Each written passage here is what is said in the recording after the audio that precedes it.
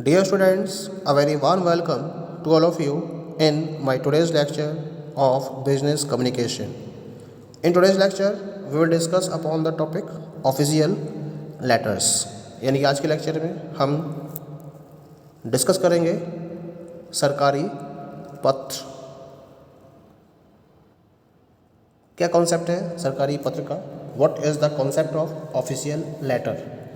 सरकारी या शासकीय पत्र से अभिप्राय उन पत्रों से होता है जो सरकारी अधिकारियों के मध्य आपस में लिखे जाते हैं, अथवा एक सरकारी विभाग से दूसरे सरकारी विभाग को लिखे जाते हैं, अथवा एक सरकारी अधिकारी द्वारा किसी व्यक्ति विशेष या संस्था को किसी सरकारी कार्य के संबंध में लिखे जाते हैं। संक्षेप में, किसी भी सरकारी विभाग द्वारा कोई भी पत्र यदि किसी को लिखा जाता है तो उसको सरकारी पत्र कहेंगे। इन पत्रों का प्रयोग सरकारी कार्यालयों, राज्य सरकारों, विदेशी सरकारों, सार्वजनिक संस्थाओं, संगठनों, व्यक्तियों के साथ संपर्क स्थापित करने आदि के लिए किया जाता है। तो सरकारी पत्र की अगर हम बात करते हैं, ऑफिशियल लेटर्स की बात करते हैं, तो ये वो पर्टिकुलर लेटर्स होते हैं जो गवर्नमेंट ऑफिशियल्स के द्वारा लिखे जाते हैं।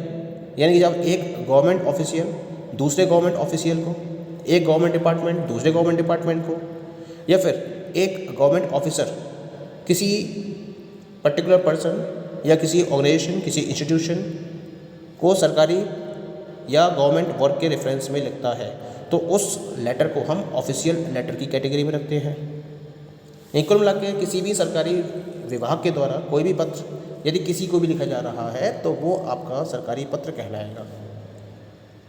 इनका मेन पर्पज़ क्या होता है? संपर्क स्थापित करना होता है इनका। चाहे सरकारी कार्यालयों से संपर्क स्थापित करना हो, राज्य सरकारों से हो, विदेशी सरकारों से हो, सार्वजनिक संस्थाओं से हो, व्यक्ति विशेष से हो, किसी भी संगठन से हो, किसी से भी अगर संपर्क स्थापित करना हो तो उसके लिए सरकारी पत्र को लिखा जाता है। जब कोई भी पर्टिकुलर पर्सन किसी भी गवर्नमेंट ऑफिस को ज्वाइन करता है या उसमें कार्य कर रहा है तो उसको सरकारी पत्र व्यवहार का ज्ञान होना अति आवश्यक है। उसे ये पता होना चाहिए कि किस तरीके से सरकारी पत्र को लिखा जाता है। सरकारी पत्र एक औपचारिक पत्र होता है, एक फॉर्मल लेटर होता है, और इसी वजह से हर एक गवर्नमेंट एम्प्लॉय को इसके बारे में पूर्ण जानकारी होनी चाहिए कि किस तरह से हम एक ऑफिशियल लेटर्स को लिख सकते हैं। क्योंकि हम ये पहले भी डिस्कस कर चुके हैं कि किसी ऑर्गेनाइजेशन या किसी भी व्यवसाय की जो प्रोग्रेस है उसमें सबसे ज़्यादा इंपॉर्टेंट रोल किसका होता है? बिजनेस लेटर्स का होता है। जितना इफेक्टिव वे में आप बिजनेस लेटर्स को राइट करोगे उतना ही बेटर वे में आपका बिजनेस भी ग्रो करता चला जाएगा।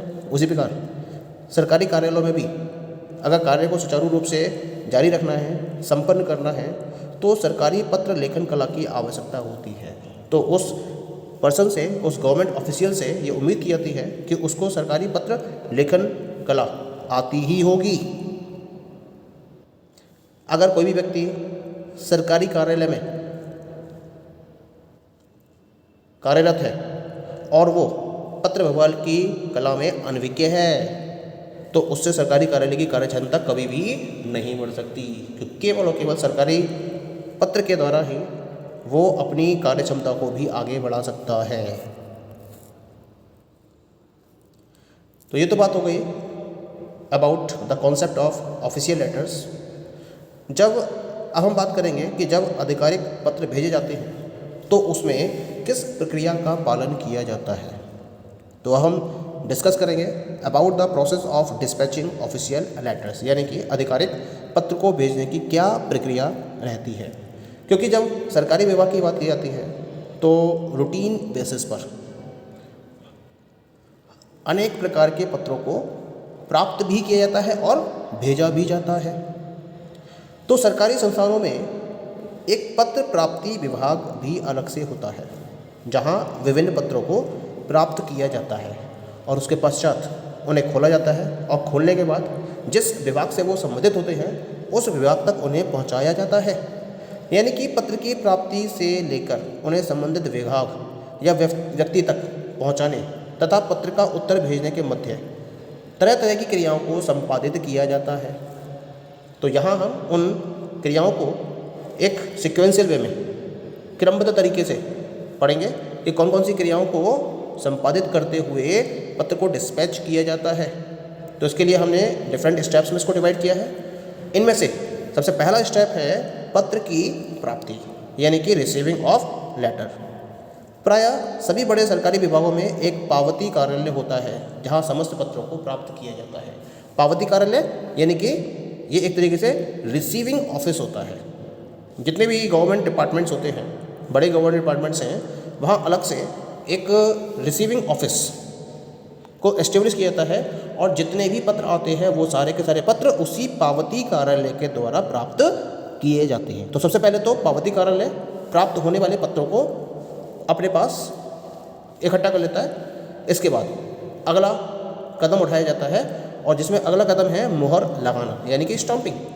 पत्रों को प्राप्त करने के पश्चात इन्हें खोला जाता है और खोलने के बाद जो इसमें से डॉक्यूमेंट्स निकलते हैं, जो पत्र मिलते हैं, उन पर मोहर लगाई जाती है।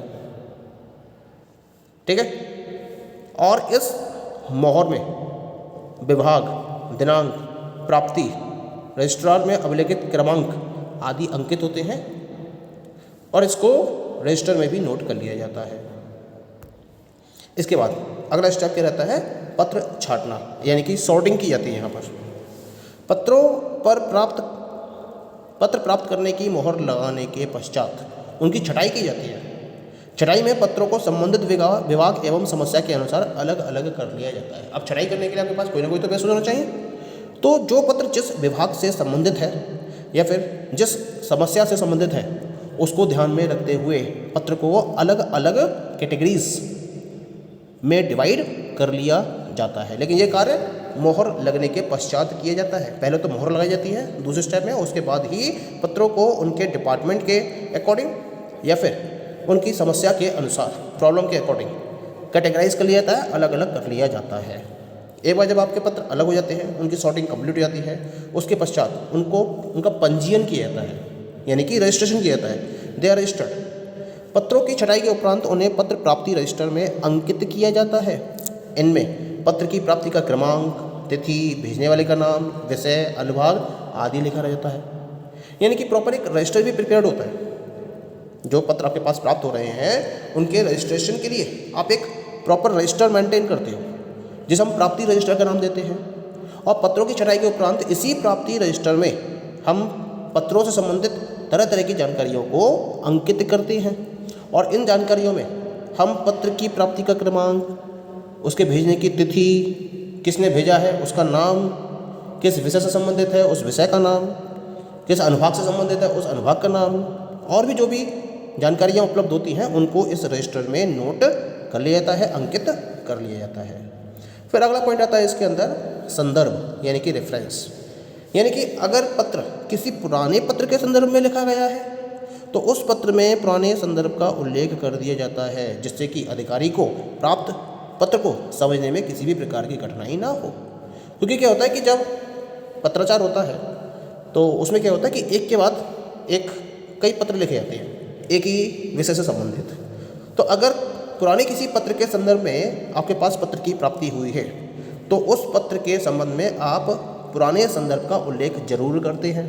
जब पुराने संदर्भ का उल्लेख हो जाता है तो अधिकारी को पता चल जाता है कि किस विषय से संबंधित पत्र को लिखा गया है और कौन सा पुराना पत्र था और उस पर कार्रवाई कहाँ तक आगे बढ़ी है, उसके बारे में उसको पूरी जानकारी मिल जाती है और किसी भी तरीके की कोई भी कठिनाई उसे समझने में नहीं होती है।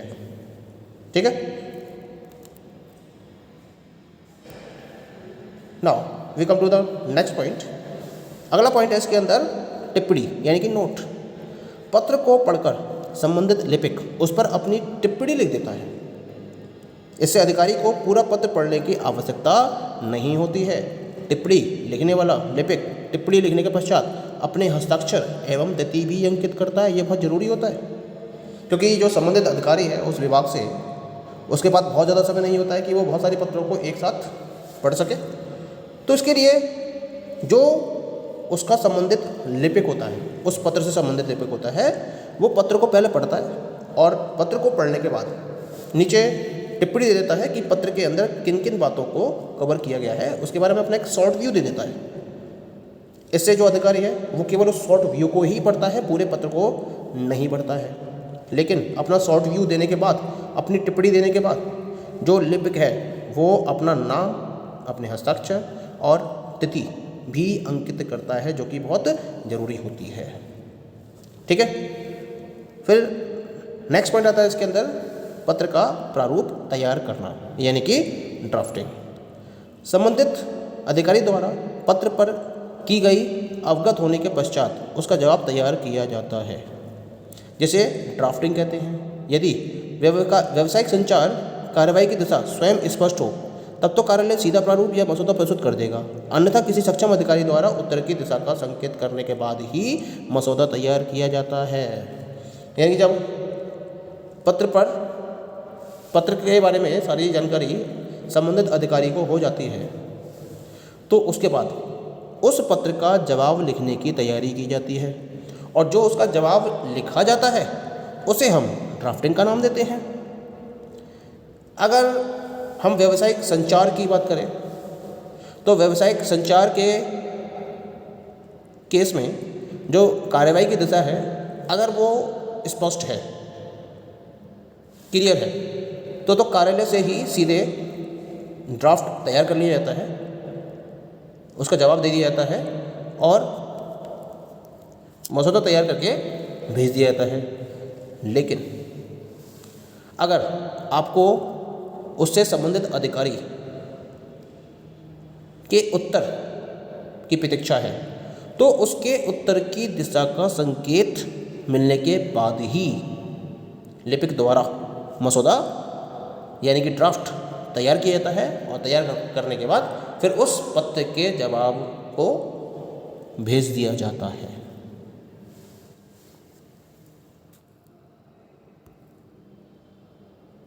अगला, जब जवाब आ जाता है तो अगला स्टेप क्या रहता है, पत्र को टाइप करना, यानी कि टाइपिंग ऑफ लेटर। उत्तर का प्रारूप तैयार हो जाने के पश्चात उसे टाइप कराकर उस पर संबंधित अधिकारी के हस्ताक्षर कराए जाते हैं। क्योंकि अब आपको दिशा मिल चुकी है, आपको संबंधित अधिकारी ने बता दिया है कि किस तरह से पत्र लिखना है, तो जो पत्र है जिस तरह से संबंधित अधिकारी ने आपको बताया है उसके अकॉर्डिंग आप उसे टाइप करते हैं, और टाइप करने के बाद उस पर संबंधित अधिकारी से हस्ताक्षर करवा लिए जाते हैं। अधिकारी के हस्ताक्षर होने के बाद लास्ट स्टेप फॉलो किया जाता है, और वो लास्ट स्टेप है पत्र को भेजना, यानी कि डिस्पैच। पत्र पर हस्ताक्षर कराने के पश्चात उसे लिफाफे में बंद करके संबंधित व्यक्ति का पता लिखकर उसे जावक रजिस्टर पर चढ़ाकर डाक में पोस्ट कर दिया जाता है। यानी कि जो पत्र आपके द्वारा भेजे जाते हैं उसे आप जावक रजिस्टर तैयार करते हो, और उस जावक रजिस्टर में जिस संबंधित व्यक्ति को आपको पत्र भेजना है उसका पता लिखा जाता है, और पत्र को लिफाफे में बंद करके रजिस्टर पर चढ़ाकर उसे डाक में पोस्ट कर दिया जाता है। तो इस तरह से जो आपका ऑफिशियल लेटर है उसको प्रॉपर्ली डिस्पैच कर दिया जाता है। Okay, thank you.